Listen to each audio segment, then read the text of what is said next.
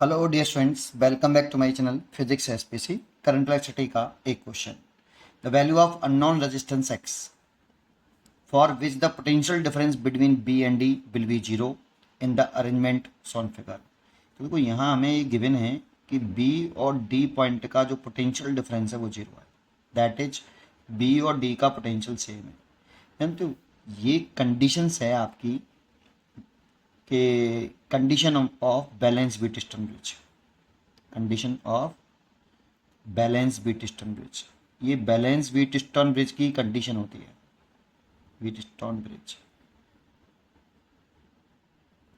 क्योंकि अगर बी और डी के अक्रॉस अगर पोटेंशियल डिफरेंस जीरो है तो अगर यहाँ एक गैल्वोमीटर लगा देता तो उसमें कोई करंट नहीं जाती। गैल्वोमीटर में करंट अगर जीरो होती, ये कंडीशन है बैलेंस की।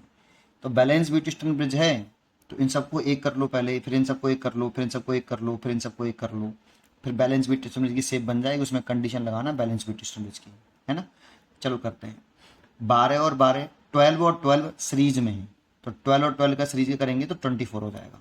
तो इन दोनों का एक हो जाएगा, इन दोनों का हमने एक कर लिया सीरीज में करके, नहीं 24 हो। अब देखो 24 और 24 पैरेलल कॉम्बिनेशन में है।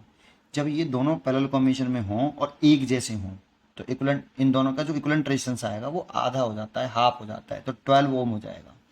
करके देख लो एक बार। इस वाले फॉर्मूले से करते हैं। R is equal to R1 plus R2। ये 1/R is equal to 1/R1 plus 1/R2 से आया। 2 के लिए ठीक है, 3 के लिए तो उसी से करना पड़ता है। तो कर लो 24 इंटू 24 डिवाइड बाई 24 प्लस 24 हो जाएगा 48। इससे कट गया 2 बार, 2 से कट गया 12 बार। तो अब डायरेक्ट याद रखिए 24 अगर एक जैसे हैं तो इन दोनों का पैरेलल कॉम्बिनेशन करें तो आधा हाफ हो जाता है। तो इन दोनों का इक्विवेलेंट करने पर यहाँ पर कितना आ गया, 12 ओम आ गया बेटा, ए और बी के बिटवीन। ठीक है, इन दोनों का कॉम्बिनेशन कर लिया तो ए और बी के बिटवीन 12 ओम आ गया।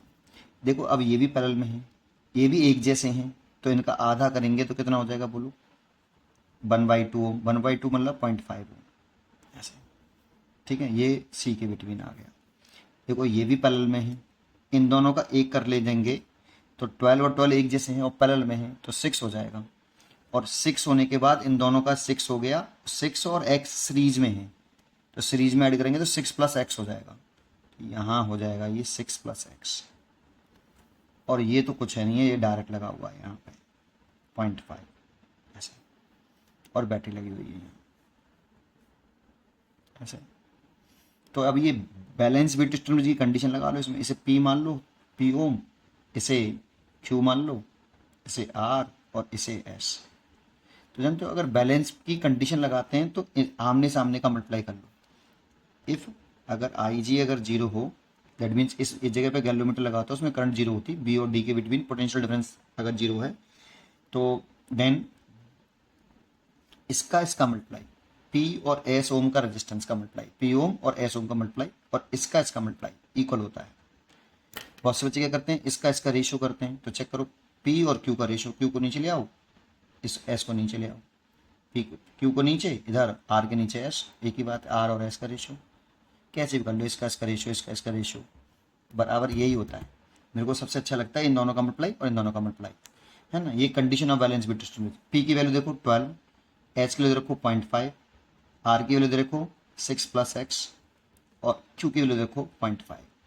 0.5 से 0.5 कैंसिल, 6 को इधर लेके आएंगे, 12 माइनस के 6 इक्वल टू एक्स, तो एक्स इक्वल टू 6 ओम। इसका आंसर हो गया 6 ओम। तो इसका आंसर है 6 ओम। सी चॉइस इज करेक्ट। पढ़ते रहिए और खुश रहिए। Thank you.